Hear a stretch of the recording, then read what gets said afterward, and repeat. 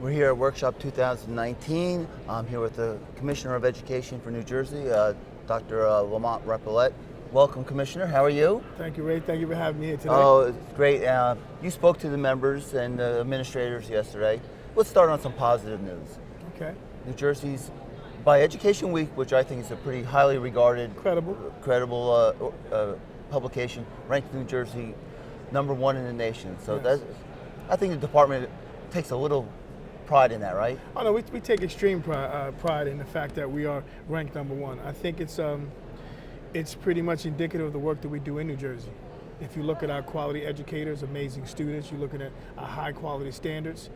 So I think we rank pretty high. I think from our graduation rate across the state, you look at the things we do with funding as far as making sure funding is across the board. So New Jersey's in a good place. I think what we need to do is not just drop our, keep our eye on the prize. It's really not about the ranking, it's about the students. And if we continue to work as hard as we can, then the success, such as #1 rank, will be a byproduct of our student success. So we're very happy with that. And yeah, you can't just rest on your laurels, and we still have students that we want to reach. Yes, you talk a lot about equity.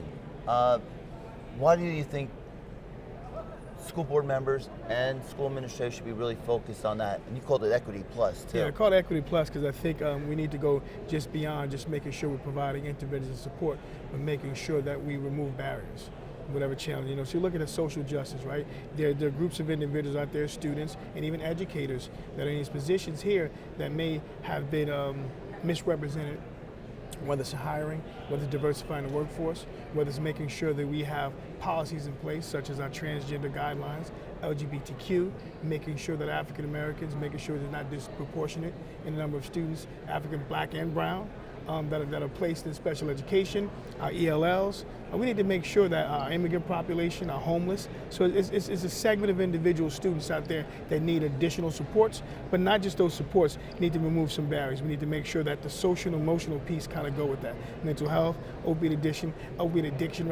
So we have this ranking, but we do have an achievement gap.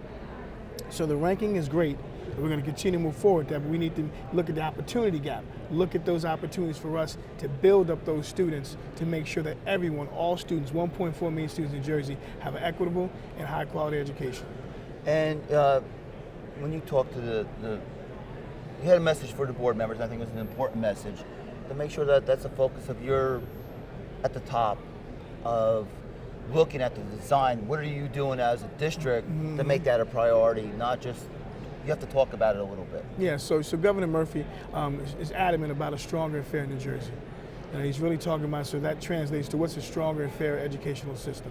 We look at our strength, I think diversity is our strength, but we need to look at the fair piece, right? Fair, making sure, as you said, it's equitable. So if that's my charge, to have an equitable educational system, then it needs to start with us. So we need to model those behaviors by diversifying the workforce that we actually have internally, making sure that our policies are inclusive and not exclusive, making sure regulations from assessments, making sure it's very fair for students, making sure that we are holding districts accountable for what is right, and that's for students. So I think it's very important that we continue to move to a stronger and fair New Jersey. And the governor talks about the state of innovation and how education will drive the economy.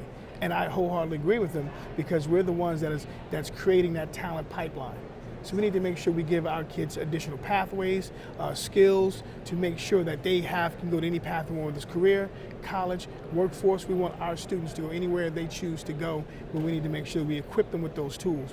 And thinking anew and designing a system that allows them to be creative, right? The theme for this conference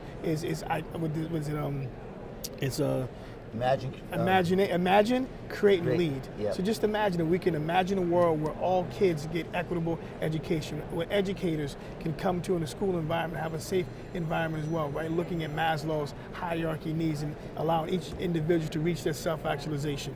And along the way, we remove those barriers. See, that's what you call imagining a world in which everything is not equal, but everyone is fair and have an opportunity. Okay, I have two last comments. One, not comment, question. And how do you see the role as the Department of Ed? I think you want to help districts go in that direction. So we're going to facilitate that. Our job, individual districts have their own rights, they have their own school boards. It's our job to make sure that when policy is, when we have the policy, we make sure that we create regulations to ensure that the implementation of the policy is exactly what the intent of the policy, and try to make sure the unintended consequences don't have an adverse effect on our students. And I'll throw you a couple of compliments.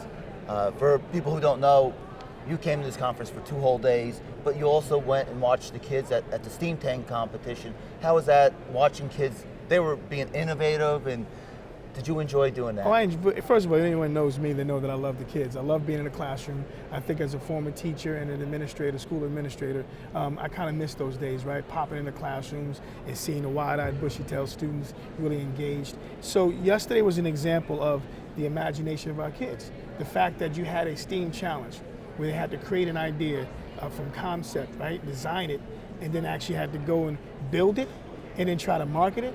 See, to me, that's exactly what Governor Murphy talks about when we talk about the state of innovation.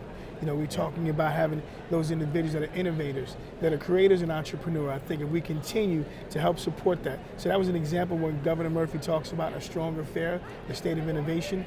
Those students were the prime example of what he was talking about. Well, Commissioner, I want to thank you for coming. I want to thank you for your Thank words you for having me. I of appreciate it. leadership that you provided to our membership. Commissioner of Education, Dr. Lamont Repollet. Thank you.